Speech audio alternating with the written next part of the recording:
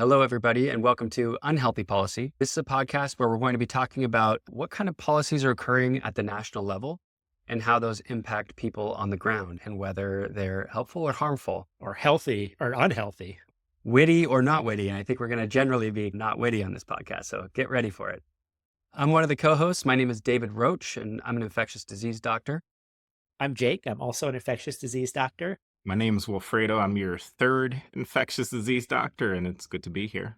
David, as a little bit of an icebreaker to get people to know us, I'm curious, what has a patient said to you recently that really stuck with you? Oof.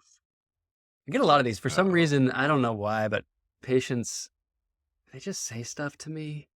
I recently had a lady tell me that she and her husband, when they were looking to get in the mood, they would put on the movie Chucky, this slasher doll film Chucky, and it would get them in the mood for love. It's rare that I'm speechless, but that was one where all I could do was laugh and walk away. And how many times have you watched the movie since that encounter? Only when me and my girlfriend are looking to spice things up. David, what is the policy that we're going to be talking about today? The policy that we're hoping to address is the cuts at the national level to PEPFAR and USAID. That came down through an executive order on January 20th, where there's an immediate work stoppage for all programs funded by USAID and PEPFAR. Great. So really cutting a lot of foreign aid, in particular this program called PEPFAR. Fredo, what is PEPFAR?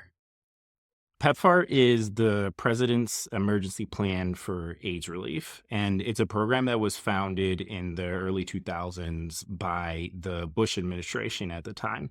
And the goal was essentially to accomplish what's in the name. At that point, the HIV epidemic was ravaging the entire world.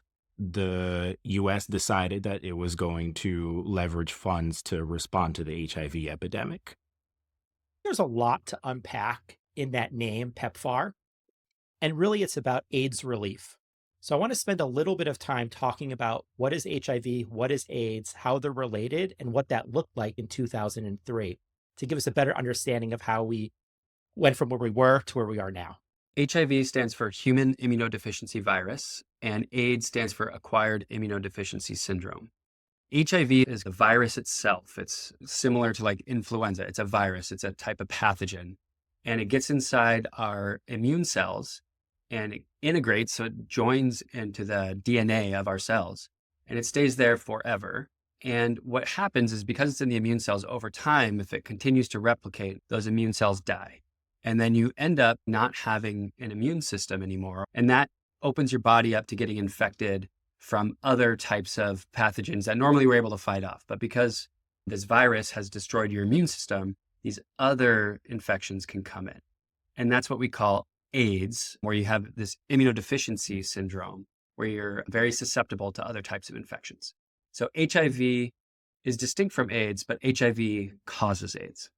Yeah. And David, I think that last point is super important. HIV causes AIDS. We didn't know that until the mid to late 80s. So really the therapy is to suppress HIV, meaning don't allow any of the HIV to be detected, and then the patient's immune system recovers. So Wilfredo, you treat a lot of patients who are living with HIV. What does life look like in 2025 for some of these individuals on medications? It's drastically different than it was 20 years ago. And most people with HIV who are on treatment live pretty normal lives. The one difference being that they're taking their medications, which is usually at this point just one pill once a day. It's really that easy. Yeah, and it's genuinely amazing. If you take your medications, your HIV is suppressed in your bloodstream, you don't progress to AIDS.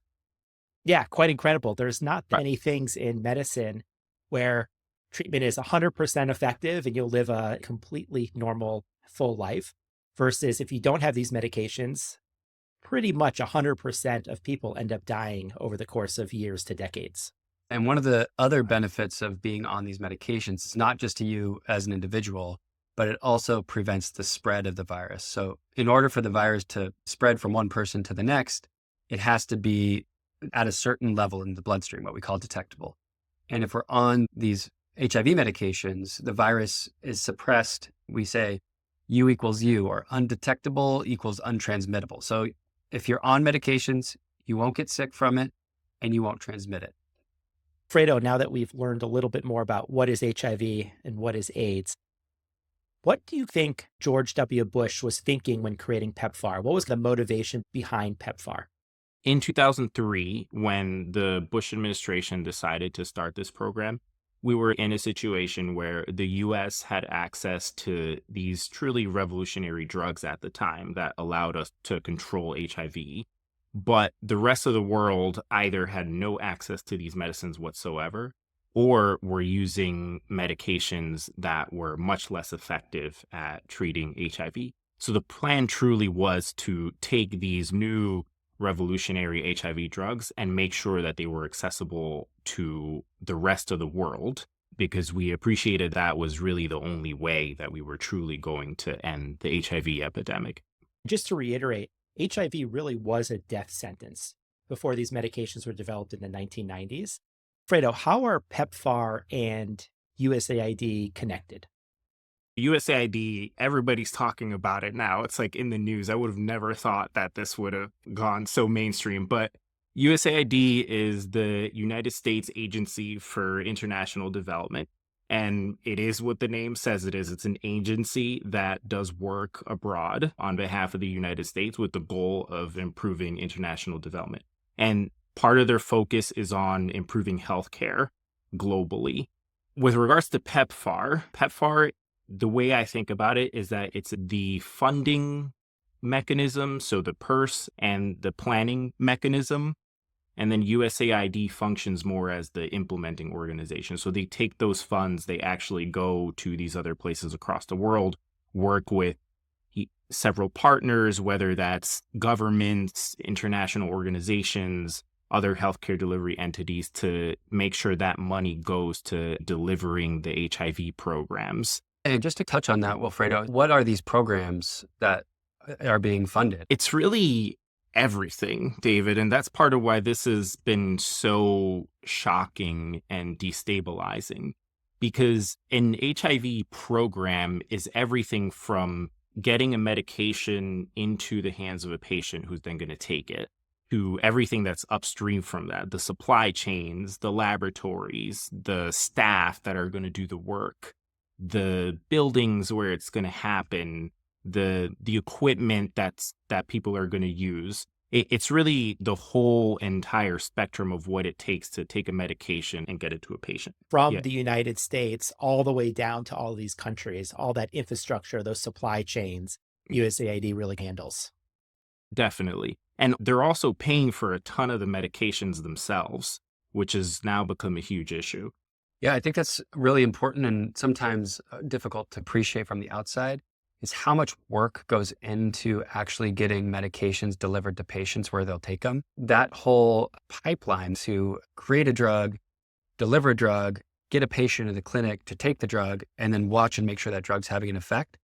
It's a production, but it's all required. You can't remove any one step in that process or the whole thing falls apart. And so what's been a real remarkable thing about PEPFAR and USAID is that they truly have had this kind of broad vision and comprehensive approach in mind. And they've built programs in partnership with countries and with companies who are making these drugs.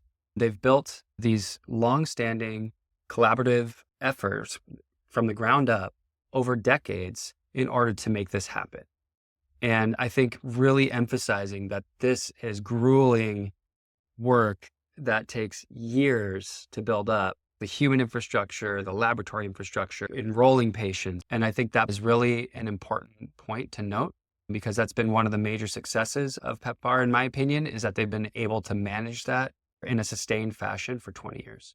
David, was W successful in doing everything he planned to do? What are some of the numbers of the impact that PEPFAR has had on the world? To the W point itself, one of the cool things about PEPFAR is that this was started by a Republican president. It's been renewed in a bipartisan fashion by Congress every year or whenever the renewal comes up, and it's expanded into that kind of comprehensive approach that we discussed. As a result of that buy-in from the whole political apparatus, and I think the American people too, it's been a remarkable success. It's estimated that 25 million lives have been saved through PEPFAR. PEPFAR has a footprint in over 50 countries. Because through PEPFAR, they have focused on HIV prevention, and one of their big projects is preventing what we call vertical transmission or transmission from a mother to a baby. It's estimated that 5.5 million babies have been born HIV-free who otherwise would have HIV. David, I think what's incredible about some of those numbers, 20 million people are getting vaccinations through a PEPFAR-funded program. There's only 40 million people in the entire world who have HIV. So about 50% or a little over 50% of all patients who have HIV are getting their care through a PEPFAR program. Yeah, it's truly remarkable. It's been one of America's greatest triumphs around the world, honestly. And one other thing that is worth pointing out is all these countries where HIV is most prevalent are not able to pay their healthcare workers a lot of the time. And PEPFAR has been there to fill that gap. And they have funded over 350,000 healthcare workers around the world through these programs.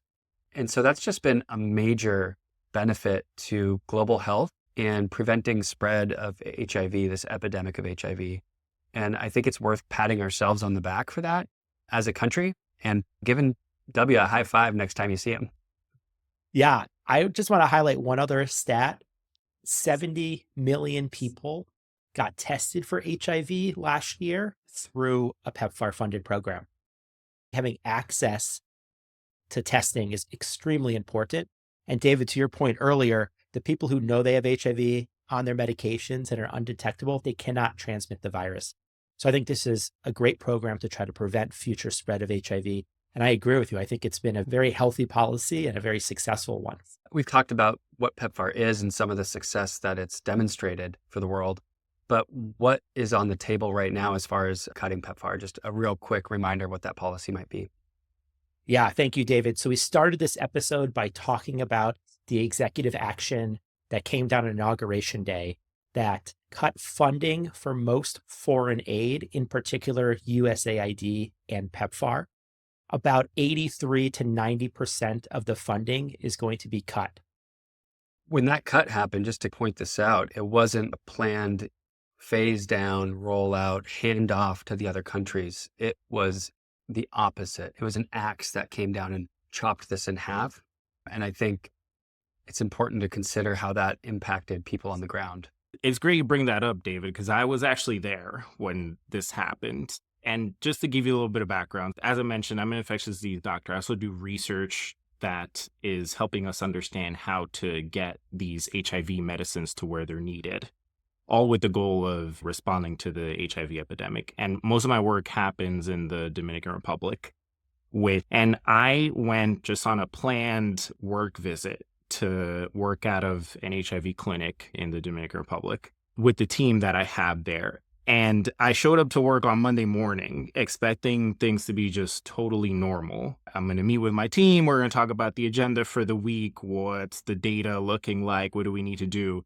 And then we got this email at 11 in the morning, totally unexpected. We actually didn't even know if it was like real. Basically saying, as of the writing of this message, please stop all activities. Anybody that's associated with USAID funded programs should be sent home. Don't make any other program related moves until further notice. We'll reach out to you once we're ready, period. It's hard to believe that was a real email. We were like, David's no, fishing, something's not right going here. on. Yeah, who hacked who? Yeah. It's really terrible because this was late January and we were at that point in time where these things had been mentioned, but nobody thought that they were really going to happen because they would be so disruptive and lethal in certain cases. So it was really quite shocking. The entire staff kind of came to a halt trying to figure out, what is this? What does this mean? What do we actually do about it? What are the next steps? There wasn't any further guidance. It was just like a blanket, just stop. What actually happened? Did everyone stop working? What did you tell patients? Yeah, it was pretty chaotic, for lack of a better word. There were staff members that were just very confused and didn't know what to do. Some people stuck around. There was no clear directive. Other people went home. Some other folks were crying because they really depended on these jobs. The staff was totally shook by this. And then there was the immediate pressing issue, which is, what about the patients? What about like the thousands of people that depend on these medications to survive or to prevent HIV? What are we going to do about them? And Wilfredo, were they So, coming to clinic that day? yeah, we took care of them because what are you going to do? It's your job as a doctor to take care of these folks. Those were really hard conversations because it's, oh, hey, you came here for your regular visit to make sure that you're doing fine, that you're not having any symptoms, and to give you medications. And instead, we're now going to say this program no longer exists. It's like you show up on Um, a date with your girlfriend for Valentine's Day and then she dumps you, huh? Girlfriend of 12 years. Or is that just my experience? No one else? Doesn't happen to me yet, but David, you have a lot. I'm You not- have a lot more lived experiences than I'm just than not as we do lovable over as you here. guys are. Not About as that, much David. as That could be the this. next episode. What to Sorry. do when you're dumped on Valentine's Day. Fredo, I can't even imagine. You have a doctor you've been seeing for decades, right? These programs were established decades ago. You show up and they say Wow. your clinic's closed. So what's the plan for a lot of these patients? The plan was made up on the spot because there was no guidance. In a few hours, we had to think about what the best thing to do is. And the Dominican government actually pays for the HIV medications. And so what USAID and PEPFAR are supporting are the delivery mechanisms. So the staff, extra support programs. In the Dominican Republic, a large number of people with HIV are folks who have fled from political instability in Haiti. And so these are folks that don't speak Spanish, that are highly vulnerable. And these programs funded by USAID and PEPFAR were supporting a lot of the other needs that they had. These are the things that keep me up at night because I know that a lot of these folks are not going to go to these other clinics where there won't be a doctor who speaks their language because that doctor was most likely to be supported by USAID and PEPFAR. They won't have all these other kind of social supports that are necessary for them to come to clinic and get their care. That was the plan that we came up with, was giving people a month of medications and referring them to another site. What's remarkable about your story is people don't realize that the data manager, the IT people, all of these folks were USAID funded. And I've heard some of my colleagues around the globe saying they can't even access their electronic health record anymore, or all the data is a month old because now nothing has been updated. The master passwords, et cetera, were not necessarily shared. So it just suddenly threw the entire world into chaos as it relates to PEPFAR. David, how is the sudden stopping of PEPFAR going to actually impact clinics and patients directly? Yeah, I think it's worth tying in some of that chaos that Wilfredo saw to what happens with this disease. And an important paper came out to give a window into this, where it's estimated that for every 90-day pause in PEPFAR funding, 100,000 people will die. And it's because we have 20 million people on HIV medications as a result of PEPFAR. As soon as you stop these medications, the virus resurfaces, you start having disease progression, and you can die within months. And I think that gives a picture of just the massive, devastating lethality of this policy choice that we made. David, you bring up a great point. We don't have a cure for HIV, and you have to stay on these medications. So stopping the medications because PEPFAR ends, these patients are going to get viremic again, meaning viruses in their blood, and exactly what you said, at risk for dying over the next months to years. And the other important thing is that preventing the spread of the disease is dependent on people taking their medications. Testing for the disease is dependent on PEPFAR funding. So not only are we going to have all the people who currently have HIV having worsening outcomes, they're going to be spreading it inevitably. Yeah, that's actually one thing I really worry about, David, is that there's patients that definitely may have previously been untransmittable and now are likely going to be transmitting the virus. Whole new generation of folks with HIV, unfortunately. And part of the issue is that there's no proposed path forward here. They just axe the program. And can you imagine how all of these patients that have been abruptly cut off, all of these services, can you imagine like what it's going to take to restart all those things? It's going to be exceptionally challenging. And one of the things that I'm also really grappling with is these were HIV programs, sure, that was the main goal. But again, these programs develop platforms that were used for all other kinds of diseases. These doctors that were taking care of HIV patients were taking care of patients with other diseases as well. The laboratories that were set up for HIV testing became infrastructure for testing for all kinds of other diseases that don't really respect borders, tuberculosis, malaria, etc. Like these programs built this like healthcare infrastructure foundation that a lot of other healthcare programs got built on. And all those things are now going to fall apart too. And I don't think we're going to have any idea of what the impact of those things are. Because in many ways, USAID and PEPFAR were also like the mechanism that we were using to monitor all of these things. The impact of this is going to go way beyond just HIV. I'm glad you brought that up, Wilfredo. Longer term, the plan has always been to have the countries take on more and more responsibility. And as we saw with your experience in the DR, that government's buying the medications. The US is kind of pushing those countries to take it over. But we don't have a plan. You lose all that work, that decades of work that you put in to get to that transition point. On that note, Jake, it's worth talking about why this program is beneficial to America as a whole. Obviously, we've talked about how this is a major benefit to the world at large, but it has benefit at home too. As a personal example, a lot of the work that I do is totally dependent on these programs. So now all of a sudden, my work has become much harder to do as an American. And that is saying anything of the thousands and thousands of Americans that were employed by all these programs, by USAID, by PEPFAR, by other implementing partners, CDC, things like that, which are now unemployed. That is directly harmful. Those are Americans that were working here in the US and in the DR and all over the world.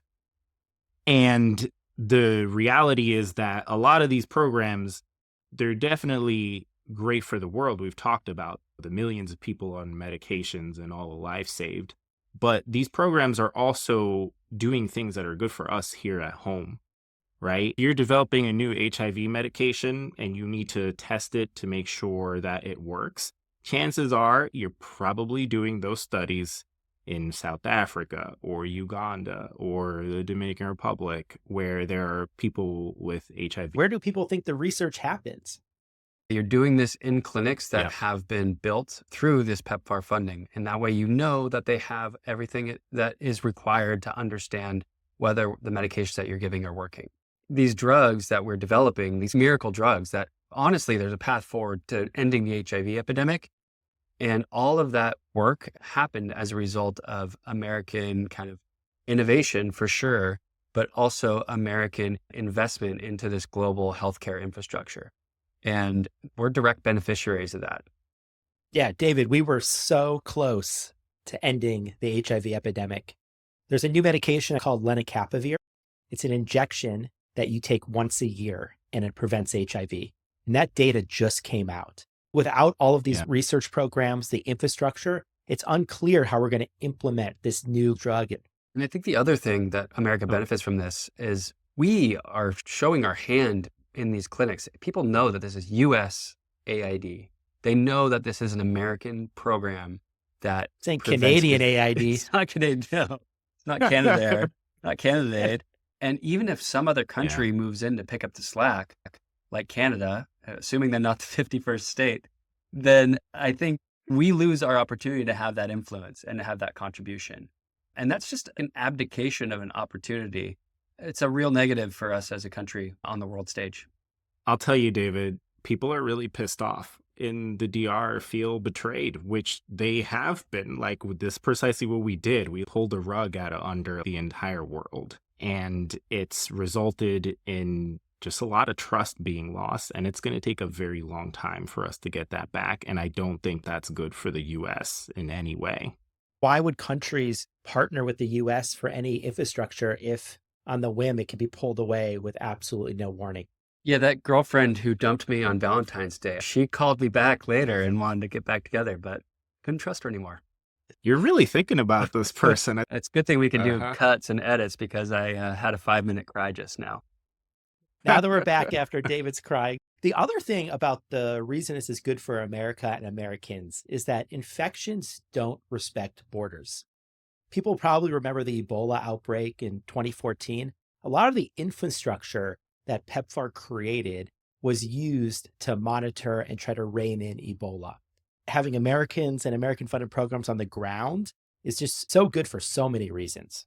And Jake, what are countries doing to try and mitigate the cuts to PEPFAR? Are there strategies that these countries are adopting on their own? To be clear, the amount of money that the US was able to provide to these countries outweighs anything that any kind of private organization or the countries themselves are likely going to be able to do. Even the Gates Foundation has come out and said they're not going to be able to fill this gap. I have heard countries brainstorming is how can they drive down the cost of what they do?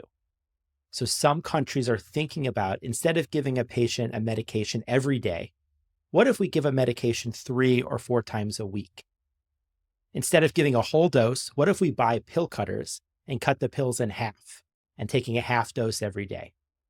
Now, to be fair, there's a little bit of data that suggests some of these less frequent dosing regimens might work, might still be able to suppress the virus.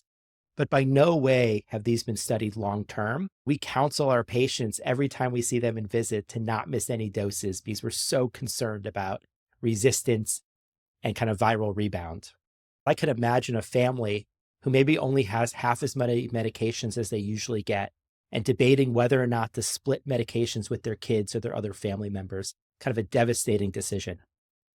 So we have a brand new segment that we're going to do today, and I'm really excited about it. Brand new, Jake. We've never First done it before.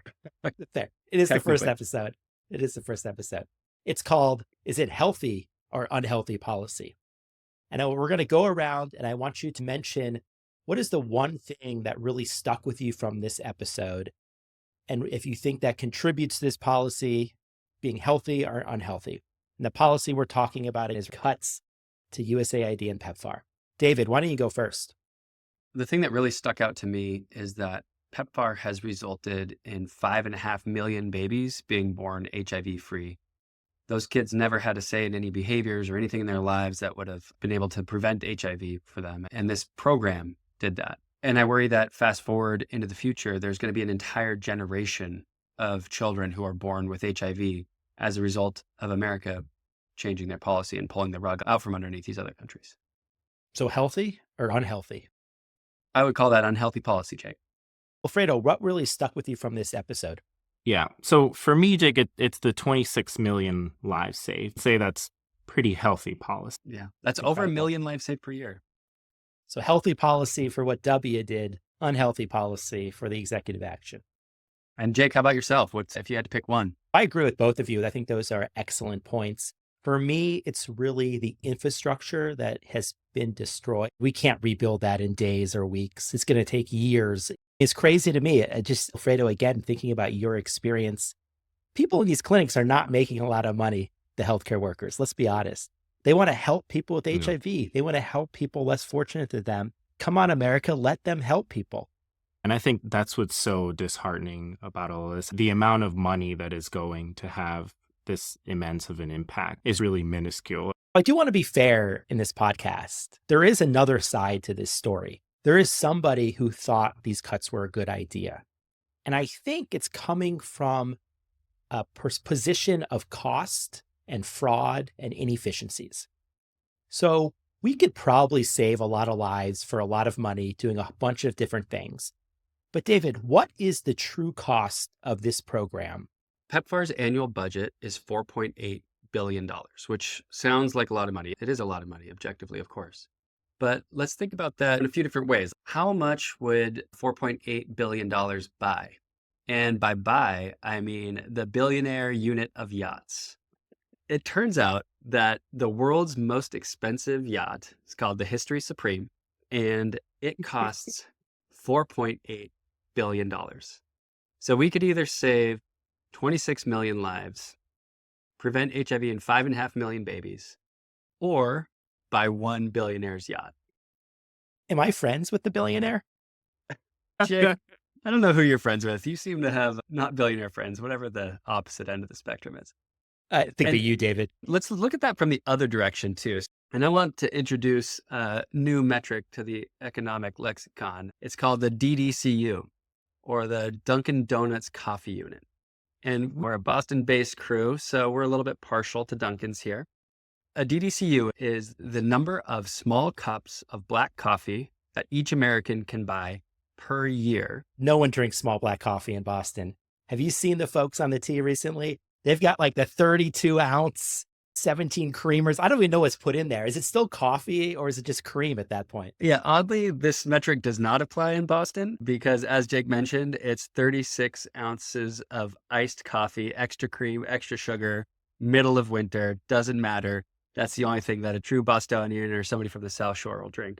But the rest of America, they like a small black coffee. And it turns out that this $4.8 billion would buy every single American 4 small black cups of coffee per year. So in order to save 25 million lives and to prevent 5.5 million babies from being born with HIV, each American has to give up 4 cups of small black coffee per year. That's the price of American generosity. I've had 4 DDCUs today. Yeah. You'd have to give that up, but then you'd have 364 more days of DDCUs. Deal. I'll take it. So, David, another way I like to look at this is what percent of the entire US budget was PEPFAR. So PEPFAR, $4.8 billion a year compared to the entire budget, which is $6.8 trillion. If you think about that 6.8 funding the country for an entire year, 365 days, PEPFAR is about 6 hours of that. It's a small portion of the overall budget that has profound impacts on people's lives. All right, Jake, so what can people do to help mitigate this situation? David, I think like a lot of people, I'm feeling overwhelmed by the cascade of news coming out of Washington. Attending town halls, calling your senators, calling your representatives, and expressing how important these programs are to you. We're hoping to get our voices out there more. So if you enjoyed what we had to say, please share this with your friends, leave a comment below. So the best way to reinstate PEPFAR and save 25 million more lives is to listen to this podcast. Is that what you're saying? And tell your friends. And Venmo me $4.6 billion, Yeah. wink, wink, billionaire friend. Just generally speaking, what we really need to do is to enact as much political pressure as we have. We need to lean on the government when and where we have opportunities to. So absolutely call your local representative. Let them know what this program is and what it means, because a lot of them probably aren't that familiar with it, even though they might vote for it. This was enacted in 2003. So there's plenty of individuals in Congress and just in the general population that probably have never heard of this program. Absolutely. Really, I think this is an all hands on deck moment. Yeah. This kind of healthcare shouldn't be political. It should be something that gets to our base humanity that we all agree on. Thanks for joining us for our first episode of Unhealthy Policy, where we discuss the cuts to PEPFAR and how they affect people on the global scale. My name's David, and I look forward to talking to you again soon about something else that's probably unhealthy that's going on. And I'm Jake. I hope everyone has a healthy and wonderful weekend. And this is Wilfredo. Let's do what we can to keep this program alive.